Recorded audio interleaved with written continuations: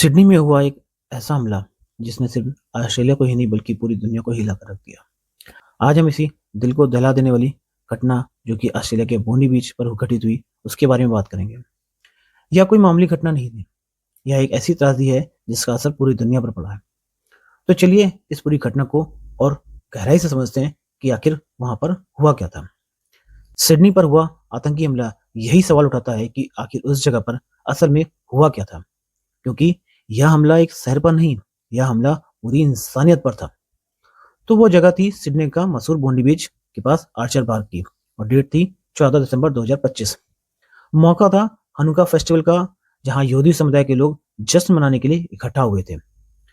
तभी दो हथियारबंद हमलावरों ने भीड़ पर गोलियां बरसानी शुरू कर दी। हमले की पूरी कहानी क्या है, चलिए एक एक करके समझते हैं कि उस दिन शाम के समय कैसे यह सब कुछ हुआ। शाम का वक्त था और यहूदी समाज के लोग जश्न मना रहे थे। सब कुछ सामान्य था, और फिर अचानक गोलियों की आवाज सुनाई देने लगती है, और दो हमलावर भीड़ पर अंधाधुंध गोलियां बरसा रहे थे। और देखते ही देखते जश्न का माहौल मातम में बदल गया। बाद में एक हमलावर को मौके पर ही मार दिया जाता है और दूसरे को गंभीर हालत में पकड़ भी लिया जाता है। अब वो सवाल जो सबसे ज्यादा दर्दनाक और दिल को झकझोरने वाला होता है कि कितना बड़ा नुकसान था, और इस हमले में कितने लोगों ने अपनी जिंदगियां गंवाई। 16, यह सिर्फ एक नंबर नहीं, यह 16 जिंदगियां थी। 16 परिवार थे जो इस एक शाम में हमेशा के लिए खत्म हो गए। और मरने वालों के अलावा 40 से भी ज्यादा लोग जो इस हमले में बुरी तरह से घायल हुए हैं, और जिनको इस हमले के सदमे से बाहर निकलने में ना जाने ही कितना समय और लगेगा। और जाहिर सी बात है कि उनकी मानसिक स्थिति कैसी रही होगी, इसके बारे में अंदाजा लगा पाना बड़ा ही मुश्किल है। यही तो आतंकवाद की क्रूर सच्चाई है कि वो किसी को भी नहीं बख्शता। पीड़ितों में एक धार्मिक नेता, एक बुजुर्ग और एक छोटा बच्चा शामिल था। दर्जनों लोग जिंदगी और मौत के बीच झूल रहे थे।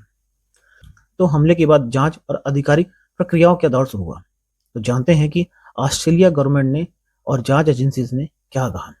सबसे पहली और सबसे बड़ी बात जो सामने आई कि ऑस्ट्रेलिया सरकार ने इसे ऑफिशियली एक सीमेटिक विरोधी आतंकी हमला यानी एंटी टेरर घोषित किया।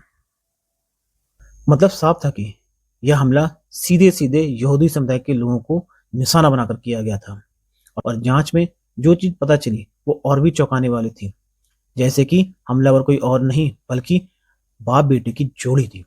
उनके पास से आधुनिक हथियार और विस्फोटक भी मिले।